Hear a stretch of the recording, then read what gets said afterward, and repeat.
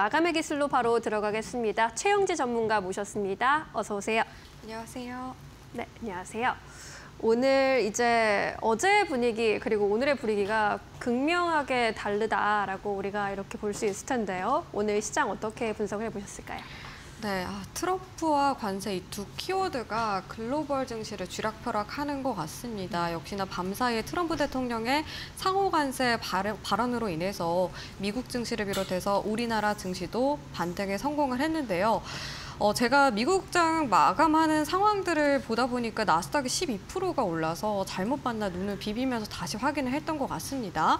일단은 밤사이 트럼프 대통령이 한국을 포함해서 70여 개국에 대해서 상호 관세를 90일간 유예하겠다라고 하면서 관세율을 10%로 낮췄습니다. 이에 따라서 우리나라 같은 경우는 기존의 25% 상호 관세에서 10%로 낮아지게 된 건데요. 이에 따라서 투심이 회복하는 모습이 연출이 됐습니다. 아무래도 우리나라의 경우에는 이제 보복 관세보다는 협상에 대한 것들의 의지가 강했기 때문에 이런 좀 효과적인 내용들이 나와줬다라고 생각을 하는데, 대신에 중국의 경우 보복 관세로 대응을 했었죠. 이에 따라서 중국의 경우에는 125%까지 관세율을 인상하기도 했습니다. 이뿐만이 아니라 중국 같은 경우에는 알리, 테무 이런 좀 싸게 살 수 있는 그런 제품들로 인해서 최근에 좀 경제적으로 좀 좋은 효과를 누릴 수가 있었는데, 이 미국이 이런 부분들까지도 타격을 입게 하기 위해서 관세율을 기존 30%에서 90%까지 올리겠다라고 언급하기도 했습니다. 이렇듯 사실 관세 이슈가 미중 갈등으로 오히려 더 커지고 있는 상황이다라고 바라보고 있고요. 저는 오늘 나온 반등에 대해서 조금은 의심을 해야 된다라고 생각을 하고 있는 게, 지금 상황에서 사실 90일 동안 유예가 된 것이 뭔가 확실한 부분들이 나오지는 않았다라고 보고 있습니다. 네. 거기에다가 철강이라던가 알루미늄, 자동차에 대해서는 여전히 25% 관세 부과가 유지가 된다라고 볼 수가 있는데, 철강의 경우에는 벌써부터 수출 타격이 좀 예상이 되고 있는 상황이죠. 우리나라 같은 경우에는 지난주에 말씀을 드렸지만 철강 수출액이 10% 정도 감소하는 모습이 연출이 됐었고, 자동차 관세의 경우에는 이제 데이터에 찍히는 거를 확인을 해야 되는 시점이다라고 보고 있습니다. 그래서 우리가 지금 상황에서 반등이 나왔다고 해서 환호하기보다는 조금 더 의심의 눈빛으로 바라봐야 된다라고 보고 있고, 여전히 현금을 보유하면서 조금 더 내려갔을 때 좀 더 담아갈 수 있는 전략은 저는 유지를 해야 된다라고 생각하고 있습니다. 그리고 오늘 같은 경우 옵션 만기일인데도 불구하고 시장이 강하게 상승을 하다 보니까 변동성이 크게 느껴지지 않는 하루였던 것 같습니다. 어제 제가 말씀드렸다시피 선물 옵션 만기일이라던가 옵션 만기일 전거래일에 오히려 매도세가 강하게 나온 흐름 나오고, 그리고 오히려 그 당일에는 좀 저가 매수세가 유입되면서 상승 흐름 나온다라고 말씀을 드렸잖아요. 그런 흐름들이 연출이 되고 있는데요. 그럼에도 불구하고 또 오늘 밤에 미국에서 소비자 물가지수 발표도 앞두고 있는 만큼 내일 또 금요일 장이잖아요. 그런 만큼 변동성이 커질 수 있으니까요. 지금 만약에 오늘 또 단기 매매 관점에서 들어간 종목들이 있다라고 하면은 손절가라던가 그런 부분들을 명확하게 잡고서 대응하는 게 맞다라고 바라보고 있습니다. 그리고 반도체라던가 오늘 특히 낙폭이 가장 컸던 2차 전지 관련된 종목들도 좀 강하게 상승 흐름 나오고 있는 상황입니다.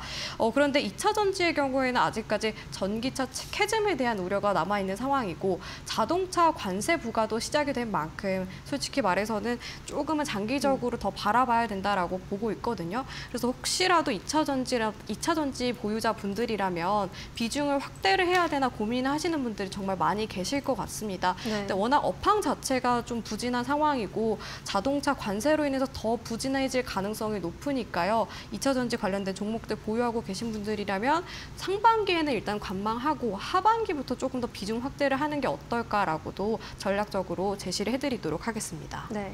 내일은 또 어떤 흐름을 이어갈지 계속해서 전망해 보도록 하겠습니다. 이번 주만큼 이렇게 다이나믹한 시장이 있었을까 싶은데 내일장은 또 어떤 전략 가져가는 게 좋겠습니까? 네, 일단은 밤에 또 미국에서 소비자 물가지수가 발표가 되잖아요. 그 부분들이 아무래도 우리나라 시장에 영향을 주지 않을까 싶습니다. 지금 상황에서 지난 밤이었죠. FOMC 의사록이 공개가 되는데요. 의사록 내용에서도 인플레이션에 대한 우려가 나타났습니다.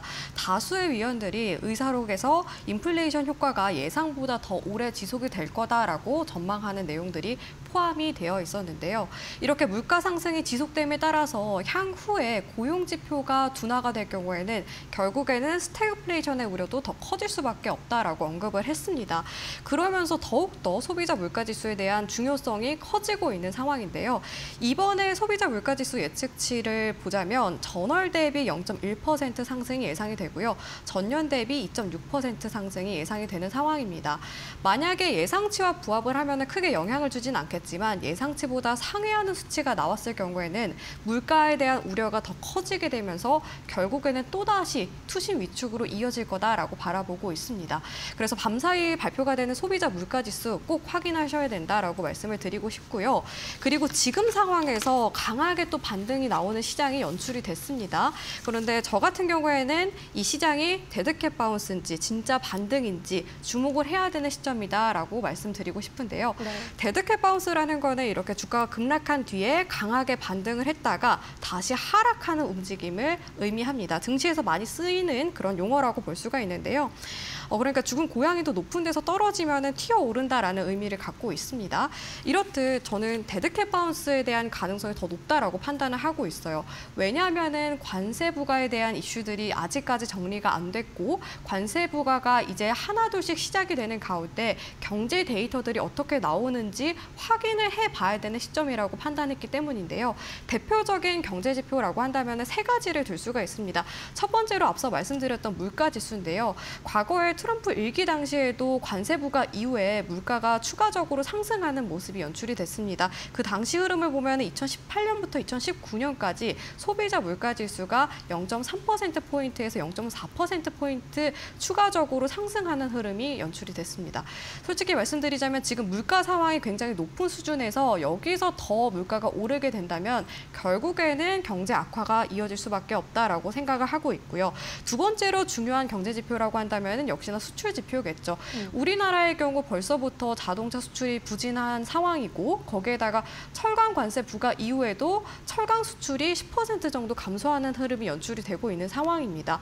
자동차 관세가 부과가 된 만큼 또 추가적인 데이터, 수출 지표를 또 확인을 해야 되는 시점이고 마지막으로는 고용 지표에 대한 부분들인데 최근에 우리나라 제조업 취업자 수가 공개가 됐습니다. 3월에 제조업 취업자 수가 공개가 됐는데 439만 9천 명으로 집계가 됐습니다. 통계를 시작을 했던 2013년 이후에 최저치, 가장 최저치를 기록했다라는 소식이 들려왔고요. 취업자 수 중에서 제조업 취업자가 차지하는 비중이 15%라고 했는데 이것 또한 최저치를 기록했다고 합니다.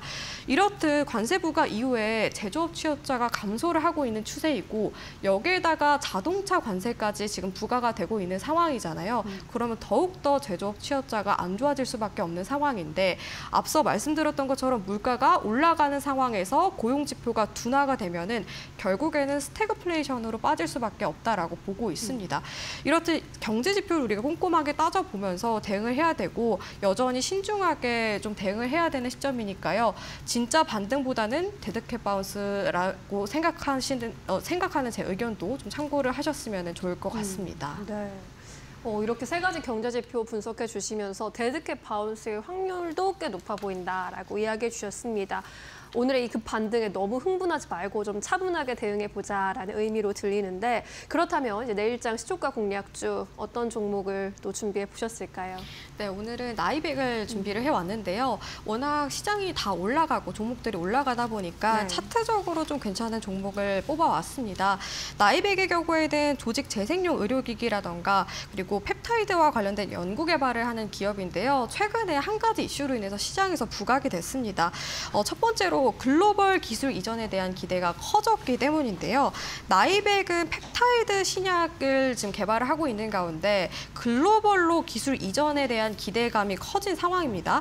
펩타이드라는 건 아미노산을 짧게 연결된 단백질의 미니 버전이라고 볼 수가 있는데 세포 신호를 전달을 할 때 다양한 생체 기능을 조절하는 역할을 해요. 그래서 신약을 개발할 때 부작용이 적고 그리고 활발하게 좀 신약 개발에 활용할 수 있다는 기술을 보유하고 있는데 이게 만약에 글로벌로 기술 이전이 될 경우에는 아무래도 뭐 로열티라던가 선급금이라던가 마일스톤 수익에 대한 기대감이 커지게 되겠죠. 그래서 수익성 개선에 대한 기대가 커진 상황이고요. 그리고 나이백의 경우에는 사실 기술력에 있어서도 굉장히 오랜 기간 동안 업력이 있고 노하우를 보유하고 있습니다. 특히 펩타이드와 관련해서 20년 이상 업력을 보유하고 있는데요. 국내에서 드물게 펩타이드 GMP 공장을 보유를 하고 있습니다. GMP라는 거는 우수 의약품을 제조하고 품질 관리 기준을 의미하는데 그래서 그만큼 기술력이 뛰어나다라고 볼 수가 있고요. 올해 진행이 되는 미국 암연구학회에서 차세대 항암제 연구 결과를 발표할 예정입니다. 이런 부분들도 모멘텀으로 작용할 가능성이 높아진 시점입니다. 그리고 나이백의 경우 보통 이 제약바이오 종목들과 같이 사실 적자를 지속되고 있는 부분들은 조금 아쉽게 생각을 하고 있는데 올해 들어서 수익성 개선에 대한 기대감이 커졌습니다. 일단 작년의 경우 매출액이 264억 원을 기록을 하게 되면서 매출 총 이익의 경우 51%를 기록하기도 했어요. 하지만 일회성 비용으로 인해서 적자가 좀 지속이 되고 있는 상황인데요. 고마진 사업 중심으로 지금 수익성이 개선이 되고 있는데 대표적으로 치과용 골 이식제라던가 그리고 콜라겐 소재 등 이런 비신약 부분에서 고마진 수익성이 좀 나오고 있는 상황입니다. 이에 따라서 이번에도 이 영업이익 개선이 되면서 좀 흑자 전환에 대한 기대감이 커지지 않을까라고 생각이 들어서 나이백을 좀 주목을 해보셨으면 좋겠다라고 말씀을 드리도록 하겠습니다. 차트 보면서 가격 전략 세워보도록 하겠습니다. 나이백의 경우 오늘 4%대 상승을 하면서 마감을 했습니다. 최근 들어서 이렇게 거래량이 증가하면서 급등세를 보이면서 골든크로스가 발생을 했어요. 앞서 말씀드렸던 것처럼 기술 이전에 대한 기대감이 커지면서 그런 부분들이 주가에 반영이 됐다라고 볼 수가 있는데 이렇게 골든크로스가 나온 시점에서 오늘 이렇게 음봉으로 마감을 했고 눌림목 구간이 나와주고 있습니다. 그리고 상단 매물이 열려있기 때문에 타점 시점에서는 저는 좋다라고 바라보고 있어요. 목표가의 경우에는 월봉을 보면서 좀 잡아보는 게 좋을 것 같은데 현재 시점에서 이동평균선 60선 부근에서 강하게 좀 저항대가 나와줄 가능성이 높습니다. 21,500원 구간인데요. 왜냐하면 이 구간대의 경우 캔들이 접점이 정말 많이 있습니다. 그만큼 강한 저항대로 나와줄 가능성이 높은 구간이니까 목표가로 잡아보시는 게 좋을 것 같고 손절가의 경우에도 월봉상으로 잡아봤는데요. 보니까 캔들의 접점 부근, 그러니까 지지를 강하게 받았던 부근이 바로 1,300, 500원대였습니다. 이 구간대를 만약에 이탈을 하게 되면은 과거 저점 수준까지도 밀릴 가능성이 높습니다. 워낙 제약바이오 종목들은 변동성이 크다는 특징을 갖고 있잖아요. 그만큼 또 이렇게 손절과 목표가를 명확하게 잡아야지만 대응이 가능하니까 이런 부분들 염두에 두시면서 전략에 참고하셨으면 좋겠습니다. 네. 이번 주에는 또 개별 이슈를 가진 제약바이오주들로 좀 수급이 쏠리는 양상이 나타나고 있는데 이 펩타이드 신약 글로벌 기술 이전 기대감이라는 커다란 이슈를 갖고 있는 나이백을 선정해 주셨습니다. 기술력으로 뭐 인정을 받고 있는 기업이고 올해는 흑자 전환 가능할 것으로 보이면서 그동안 좀 아쉬웠던 실적 부분 이제 개선이 될 것이다라는 의견 제시해 주셨고요. 현재 넥스트 트레이드 애프터 마켓에서 18,000원 선에 거래가 되고 있습니다. 목표가 21,500원, 손절가 13,500원으로 대응해 보셔도 좋겠습니다. 나이백에 대한 의견까지 들어봤습니다. 오늘은 여기까지 이야기 나눌까요? 고맙습니다.